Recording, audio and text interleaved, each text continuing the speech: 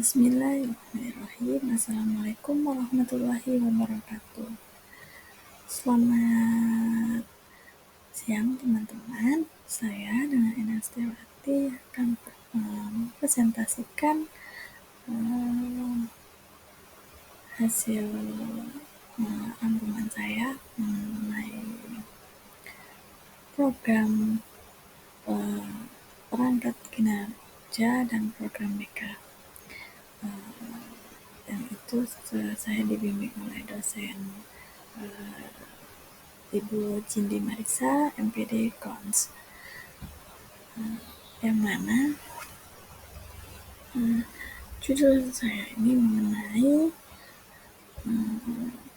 kewajiban dan tugas personil sekolah yang berkaitan dengan kegiatan BK.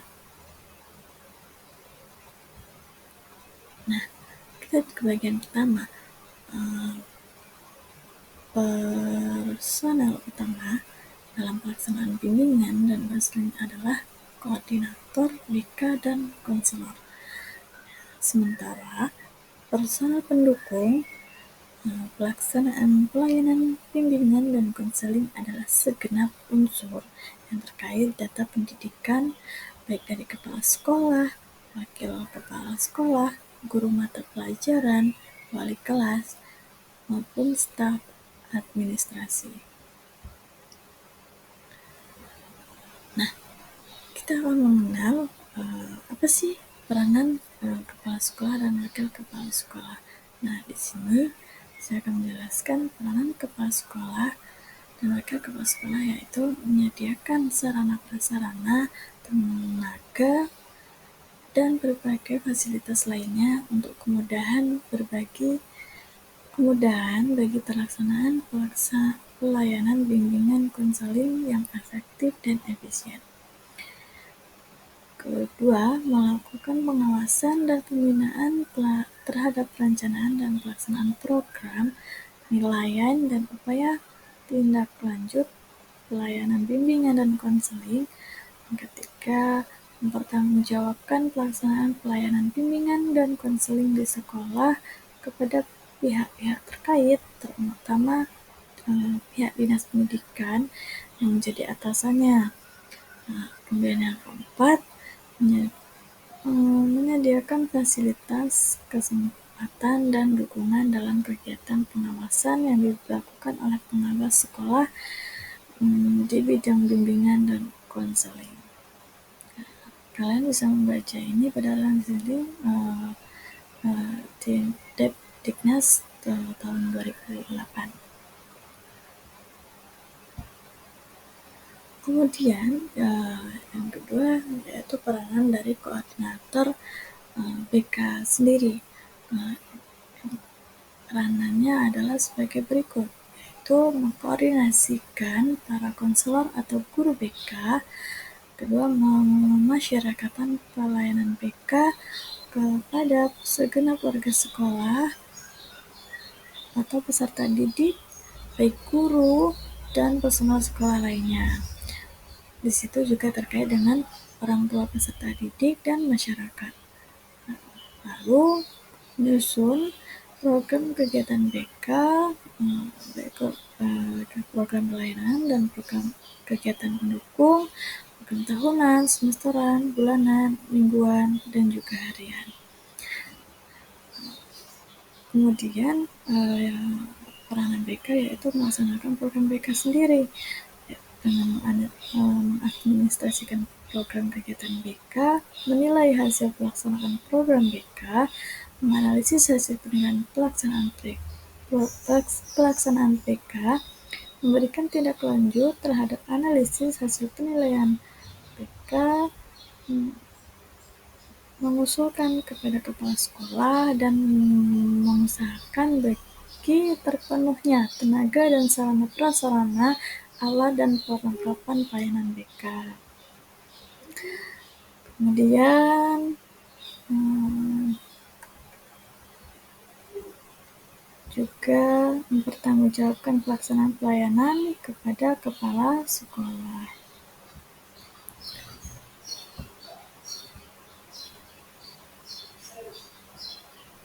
Di sini koordinator BK juga berpartisipasi aktif dalam kegiatan kepegawaian oleh pengawas sekolah, bidang bimbingan dan konseling. Lanjut, yaitu peranan konselor atau guru BK sendiri. Di sini peranannya yaitu memahami konsep-konsep BK serta ilmu bantu lainnya, kemudian memahami karakter pribadi siswa, khususnya tugas perkembangan siswa dan faktor-faktor yang mempengaruhinya. Dan ketiga, mensosialisasikan kepada masyarakat atau memasyarakatkan program layanan BK sendiri. Yang keempat, merumuskan perencanaan program layanan BK. Yang kelima, melaksanakan program layanan BK. Karena mengevaluasi program hasil perubahan sikap dan perilaku siswa baik dalam aspek pribadi, sosial, belajar, maupun karir. Yang keenam itu menindaklanjuti hasil evaluasi atau follow up. Mana hasil evaluasi itu dari kegiatan tindak lanjut ini biasa terbentuk usaha perbaikan atau penyempurnaan program, peningkatan kualitas layanan, penambahan fasilitas, dan penyampaian informasi hasil evaluasi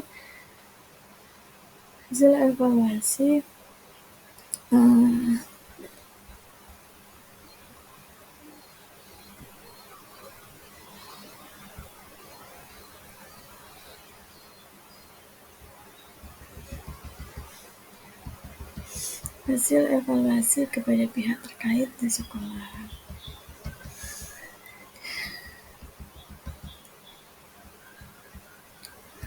Kemudian lanjut, yaitu sebagai konselor sendiri itu konselor itu menjadi konsultan bagi guru dan orang tua siswa. Nah, sebagai konsultan, guru BK atau konselor itu berperan untuk menolong guru dan orang tua siswa melalui pemberian informasi, konsultasi, dan dialog tentang perihal siswa. Melalui kegiatan ini, guru dan orang tua diharapkan dapat membantu siswa dalam rangka mengembangkan dirinya secara optimal. Konsultasi dengan guru dapat menyangkut dengan motivasi belajar siswa, tingkah laku siswa, kebiasaan belajar siswa, dan pengolahan kelas. Kemudian bekerja sama dengan pihak-pihak lain yang terkait, baik pun dari kesehatan atau psikologi, ataupun bahkan juga bisa bekerja sama dengan pihak badan narkotika. Kemudian dari sini tugas itunya adalah mengadministrasikan program layanan BK. Nah, program layanan BK itu sekarang sudah terbentuk administrasinya gitu. Lalu menampilkan pribadi secara matang, baik menyangkut aspek emosional, sosial, maupun moral dan spiritual. Berdasarkan temuan dari penelitian, sifat pribadi konselor atau guru BK yang disenangi siswa adalah baik hati atau ramah, mau membantu memecahkan masalah siswa, bertanggung jawab, tidak pilih kasih, atau adil, berwawasan luas, memahami psikologi kreatif, disiplin, beriman, dan bertawakal kepada Tuhan Yang Maha Esa.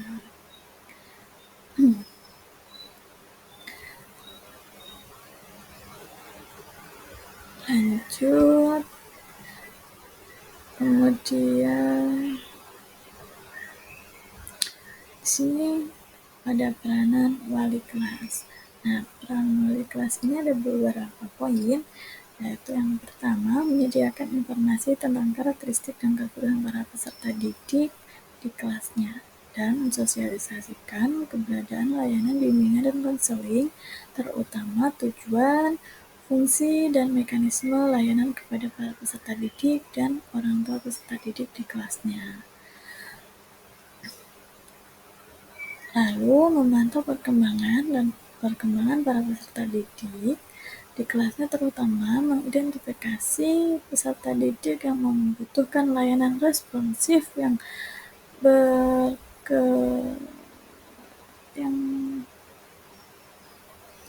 berkenaan dengan permasalahan yang dihadapinya.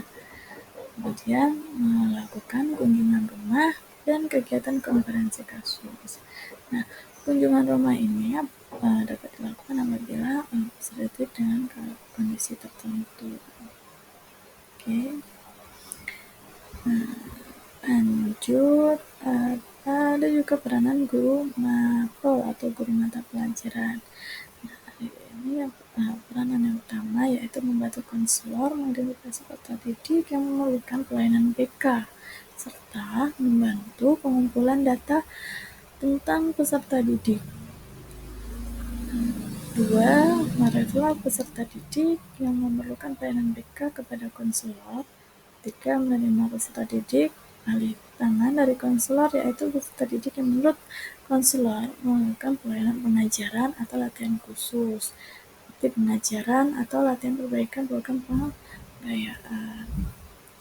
4. Memberikan kesempatan dan kemudahan kepada peserta didik yang memerlukan pelayanan atau kegiatan BK untuk mengikuti atau menjalani pelayanan atau juga kegiatan yang dimaksudkan tersebut. Yang kelima, berpartisipasi dalam kegiatan khusus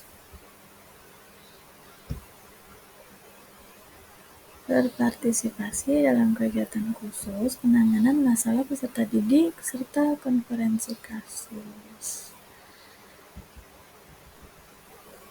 Yang keenam itu membantu pengumpulan informasi yang diperlukan dalam rangka pelayanan BK serta upaya tindak lanjutnya.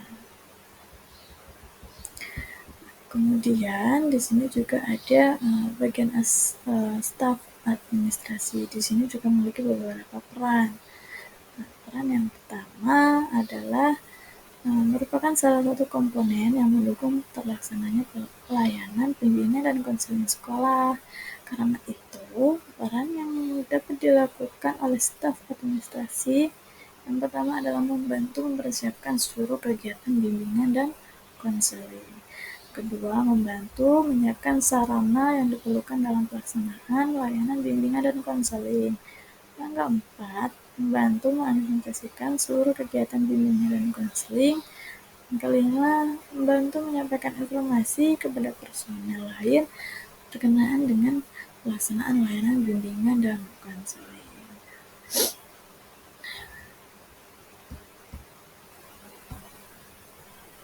Nah, itu adalah peranan dari beberapa peran dari anggota sekolah, baik guru maupun kepala sekolah, maupun guru BK, maupun staf administrasi. Nah, dari beberapa hal tersebut, berkenaan dengan tugas seorang konselor secara khusus itu Menteri Pendidikan dan Kebudayaan dan Kepala Badan Administrasi Negara itu mengeluarkan surat keputusan bersama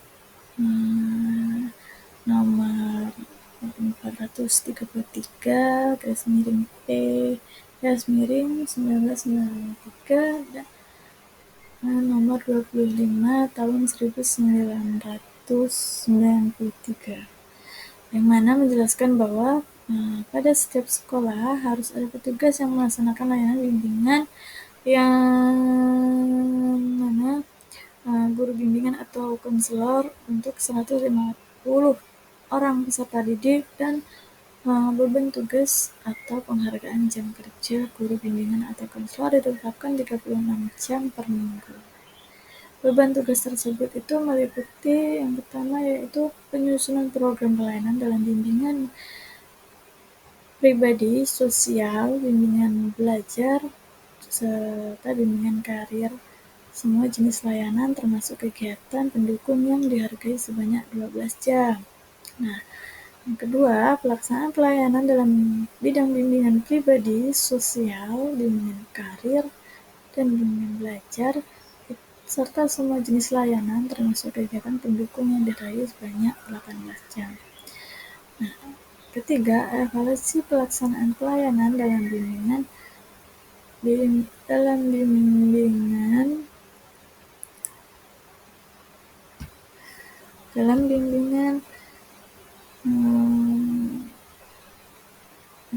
bimbingan pribadi, sosial, bimbingan belajar, dan bimbingan karir, serta semua jenis layanan termasuk kegiatan pendukung yang dihargai sebanyak 6 jam. Jadi itu susunan waktu yang diperlukan sebagai konselor. Nah, kita sebagaimana guru mata pelajaran atau guru bimbingan dan konseling atau sebagai konselor yang membimbing minimal 150 orang serta didik atau klien per tahun dihargai sebanyak 24 jam dari Peraturan Pemerintah Republik Indonesia Nomor 74 Tahun 2008 tentang guru. Nah, agar setiap personel yang terlibat dalam organisasi bimbingan dan konseling itu mampu menjalankan tugas, tanggung jawab, serta wewenangnya lebih efektif, maka dibutuhkan suatu kerjasama profesional yang saling melengkapi satu sama lain tanpa melanggar kode etik masing-masing profesinya.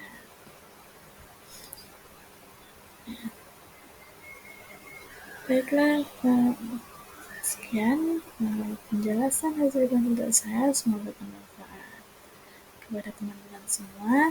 Jangan lupa untuk like, share, komen, dan subscribe. Terima kasih ya teman-teman. Mimpi akan menjadi kenyataan jika kita punya keberanian.